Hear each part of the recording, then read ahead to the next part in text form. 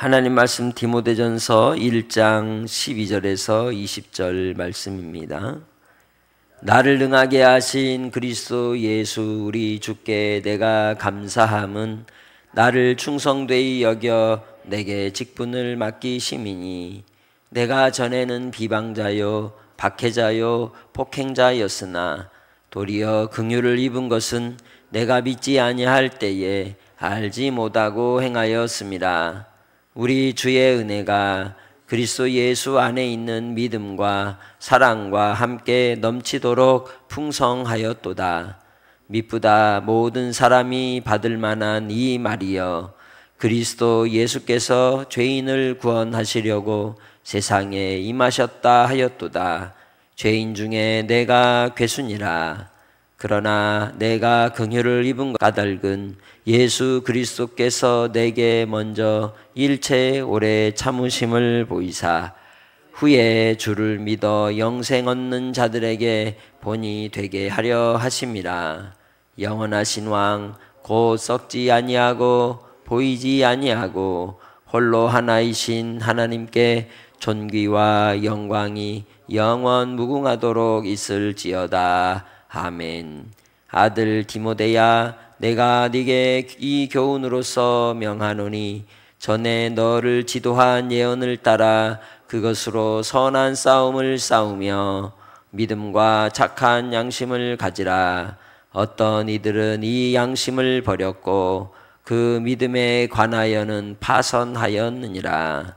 그 가운데 후메네오와 알렉산더가 있으니 내가 사탄에게 내준 것은 그들로 훈계를 받아 신성을 모두 가지 못하게 하려 함이라.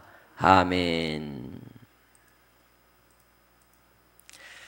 우리가 예수를 믿는 목적과 이유가 있습니다. 또 그 동기가 있죠. 어떤 사람은 질병 때문에, 어떤 사람은 삶의 큰 이별의 아픔과 고통 속에서, 또 어떤 사람은 구도자의 삶을 살다가 만남을 통하여 복음을 듣고 그 깨닫는 은혜가 있어서 주를 믿게 됩니다. 하나님께서 우리 가운데 눈에 보이도록 뿅 하고 나타나시면 안 믿을 사람이 어디 있겠습니까? 그러나 그래도 안 믿을 사람은 안 믿는 겁니다. 그런 가운데 하나님의 말씀을 듣고 그 말씀이 그러한가 하여 내가 받아들이고 인정하고 진리로서 우리가 그 말씀을 따른다는 것은 엄청난 결단이고 선택이고 그리고 돌아섬인 것이죠. 그러한 과정 속에서 하나님이 우리에게 말씀하시고 가르치시고 또한 교훈하시는 이유는 어디에 있을까요? 사랑을 이루기 위함이요, 영원한 하나님의 나라를 향한 목적을 가지고 우리를 부르셨다는 거예요. 이는 에베소서 1장에서 얘기하듯이 우리를 하나님의 영광의 찬송이 되게 하려고 하신 것이죠.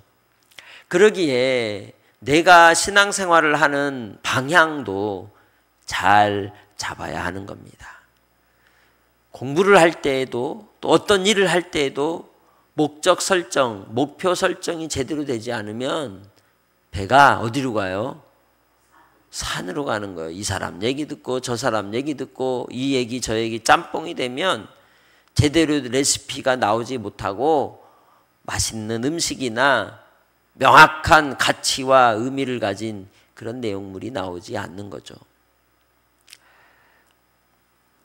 음식을 만드는 요리사도 요즘은요, 자기 철학이라는 게 있어요.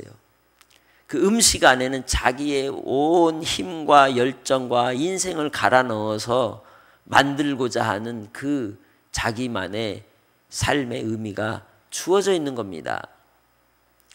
그러기에 누군가가 이것은 이렇쿵 저것은 저렇쿵 해도 들어요, 안 들어요?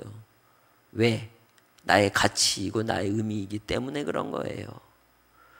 본문 속에서 우리는 바울 사도가 왜 다른 교훈을 가르치는 자들에 대하여 경계하고 그들을 꾸짖을 것을 권고하는지를 볼 수가 있는 겁니다.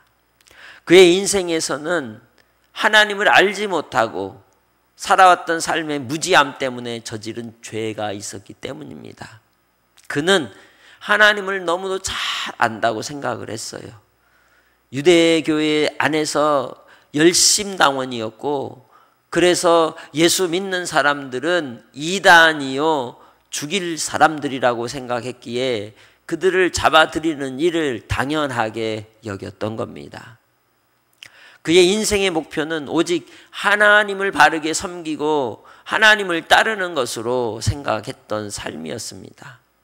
그러나 그 방향이 출발부터가 잘못되니까 하나님을 아는 것 같았는데 하나님을 모르고 있더라는 거예요.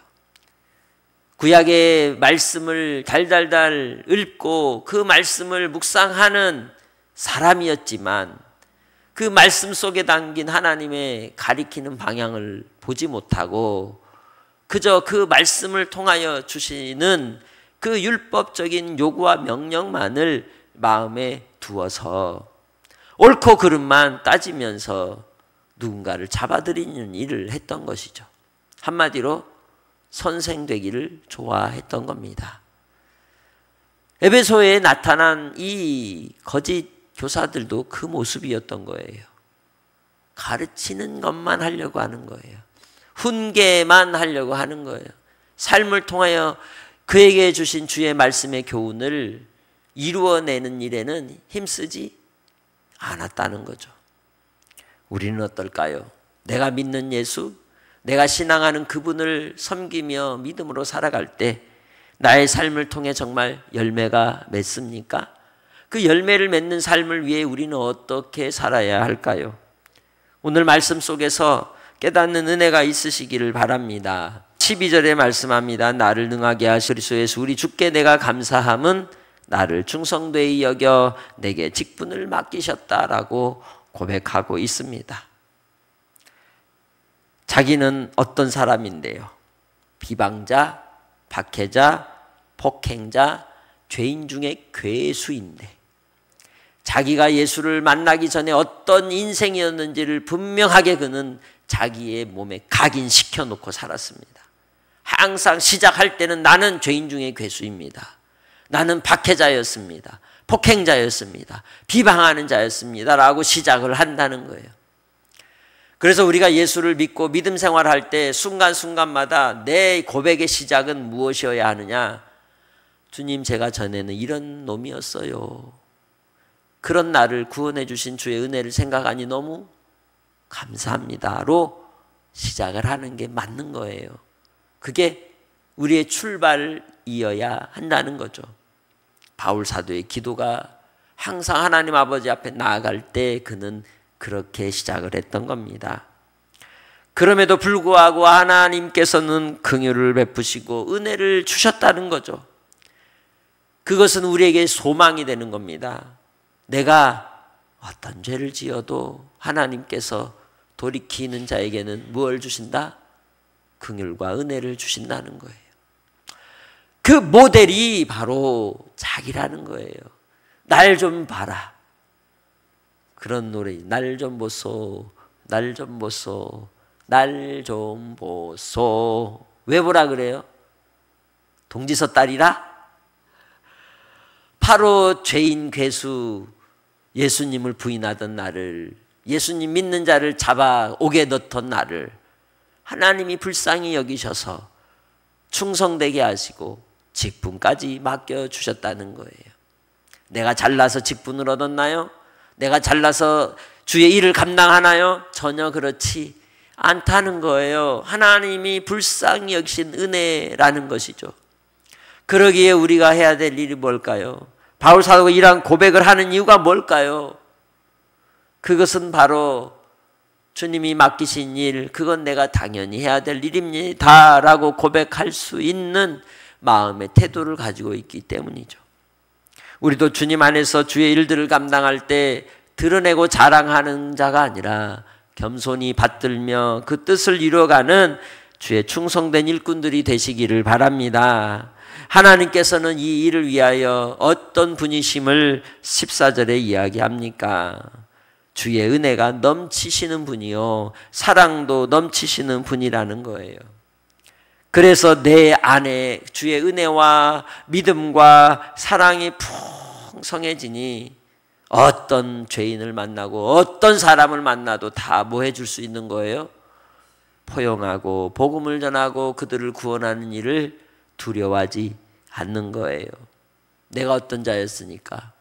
아주 악한 자였으니까. 하나님이 보실 때 뭔가 이 세상 사람들의 기준에서 악한 일을 해서 악이 아니라 하나님 없이 살았던, 하나님을 알지 못하고 살았던 것 자체가 그에게는 악한 자라고 고백하고 있는 겁니다. 그러기에 주님 앞에 우리도 기도할 때 하나님 이 악한 자를 구원해 주신 주의 은혜 감사합니다라고 고백하기를 원합니다. 그래서 이 이야기는 자기에게만 그치는 것이 아니라 예수님은 누구든지 구원하시려고 이 세상에 오셔서 우리를 위해 십자가에 못 박혀 죽으셨다는 거예요. 그 사랑을 알고 나니 자기는 참으로 죄인 중에 괴수라는 걸 깨달을 수 있었다는 것이죠. 내가 주님 안에서 은혜와 은총을 입은 것을 생각할 때 이제 우리는 예수 그리스도를 알므로 영생을 얻은 자가 된 것에 감사하는 성도들이 되시길 바랍니다. 영생을 얻었다는 거예요.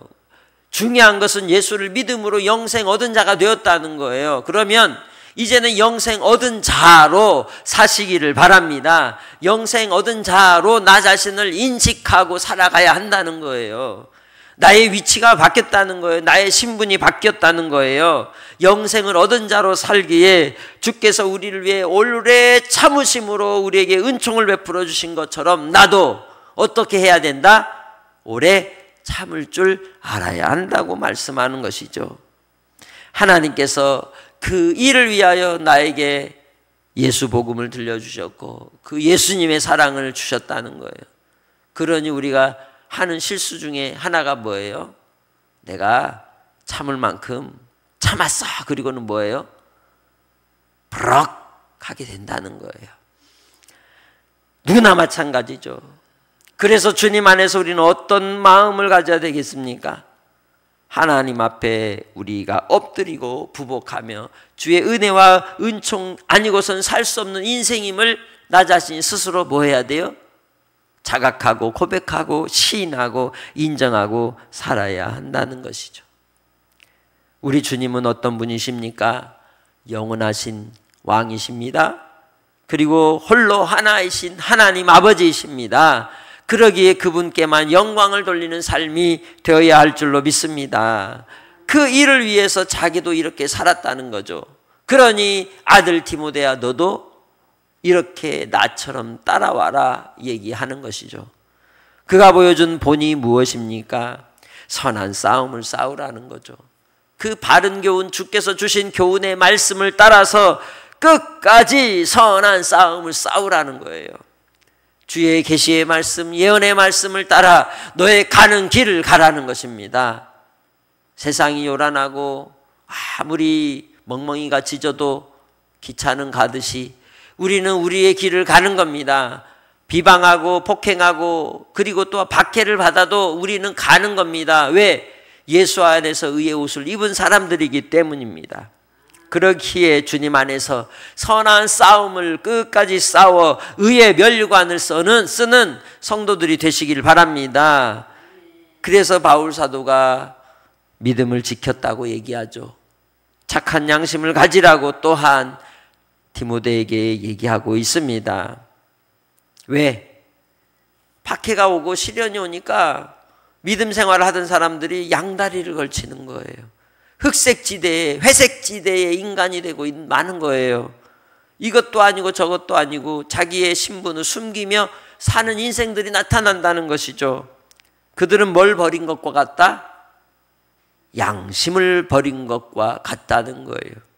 박해를 두려워하고 박해를 무서워함으로 회피하는 인생은 주님 앞에서 건강한 신앙이 아니라는 거죠. 그들은 무엇에 관하여? 믿음에 관하여 파선한 것과 같다는 거죠. 주님을 떠난 인생과 같다는 겁니다. 그 당시에도 그랬다는 거죠. 그 중에 후메네오와 알렉산더가 있다고 얘기를 해요. 처음에는 열심히 같이 신앙생활을 했어요.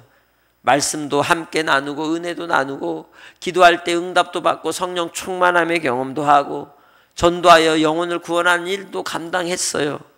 그런데 어느 날 그들이 하나님의 말씀의 교훈을 떠나버리는 인생이 되고 오히려 대적하는 인생이 되고 오히려 하나님을 향하여 비방하고 그 동역자들을 외면하는 인생들이 될 때 세상 가운데로 던져지는 인생으로 포기하는 내어준 바가 되고 말았다는 것이죠.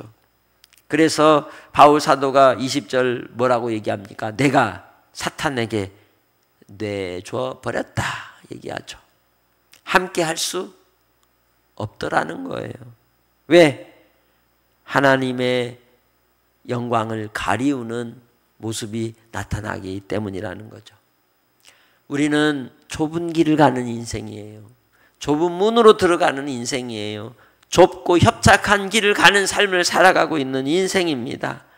그러기에 복음 안에서 우리가 가야 될 그 길은 좁은 길, 위험한 길, 외줄타기처럼 그러한 순간순간의 어려움이 있는 길이지만 그 길을 함께 끝까지 가기를 원합니다. 우리가 주님 안에서 나의 삶을 항상 살펴보아야 하는 겁니다. 나는 정말 선한 양심을 따라 믿음을 지키며 살고 있는가? 하나님께서 주신 청결한 마음으로 주의 복음의 말씀을 끝까지 붙들고 살아가고 있는가? 항상 살피는 은혜가 여러분 안에 있으시기를 바랍니다. 기회가 있을 때마다 우리는 하나님의 긍휼의 보좌 앞에 나와서 회개하고 돌이키는 거예요. 오늘 우리 안에 믿음으로 살다가 이단에 빠진 이들을 보십시오. 그들이 돌아오기를 기도하고 구하지만 함께 할 수는 없는 겁니다. 믿음으로써 여러분이 살아가는 삶을 통하여 믿음의 분별력을 가지고 주님 안에서 항상 승리하는 성도들이 되시길 바랍니다. 이 세상 가운데 주님이 찾으시는 그 한 사람, 믿음으로써 하나님의 뜻을 이루며 오늘도 충성되이 여길 만한 그 사람이 여러분이기를 주님의 이름으로 부탁합니다. 하나님 아버지 감사합니다. 오늘 하루를 살 때에도 선한 양심과 믿음을 따라서 청결한 마음으로 주님을 끝까지 따라가는 하나님의 백성이기 원합니다. 오늘도 아버지 하나님 죄인 괴수와 같은 인생들 구원해 주신 그 사랑에 감사합니다. 새벽을 깨워 구하는 기도마다 들으시고 믿음으로 살기 위해 박해당하는 이들을 주님께서 불쌍히 여겨주시고 주님 안에서 우리의 믿음이 타협의 믿음이 되지 않게 하옵소서. 오늘도 아버지 하나님 찾으시는 그 한 사람 예배자로 전도자로 오늘 하루 주님 앞에 서기 원합니다. 주께서 역사하여 주옵소서. 함께하여 주옵소서. 감사하며 예수님의 이름으로 기도합니다. 아멘.